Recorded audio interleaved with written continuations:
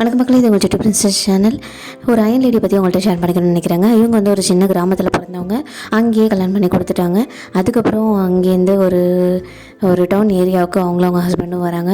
அங்கே ஒரு சின்ன வாடகை வீட்டில் இருக்காங்க. அதுக்கப்புறம் ஒரு சொந்த வீடு அவங்க அப்பா அம்மா கணவரோட உதவியோடு வாங்கி அந்த வீட்டில் இருக்காங்க. 13 வருஷம் அவங்க கணவர் வந்து ஃபாரின் போய்ட்றாரு. முதல் குழந்தை பிறக்குது, இறக்குது. அதுக்கப்புறம் 2வது குழந்தை பிறக்குது. அப்புறம் 10 வருஷம் கழிச்சு ஒரு பெண் குழந்தை. அதுக்கப்புறம் எதிர்பாராதமாக ஒரு பெண் குழந்தை. இவங்க எல்லாருமே வளர்த்துட்ருக்காங்க. அதுக்கப்புறம் அவங்க கடைசி குழந்தை 10வது படிக்கிறப்போ அவங்களோட கணவர் தவறிறாங்க.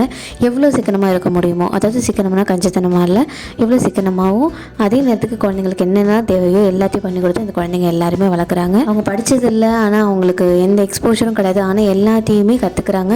அந்த குழந்தைங்களை வளர்த்து ஆளாக்குறாங்க. எல்லாருக்குமே கல்யாணம் ஆகி எல்லாரும் நல்ல நிலைமையில் இருந்தாலும் யாருக்கும் எந்த தொந்தரவும் கொடுக்கக்கூடாதுங்கிறதுக்காக கடைசி நேரத்துலையும் அவங்களோட வாழ்க்கையை அவங்க பார்த்துக்கலாங்கிற தைரியத்தோடு வளராங்க.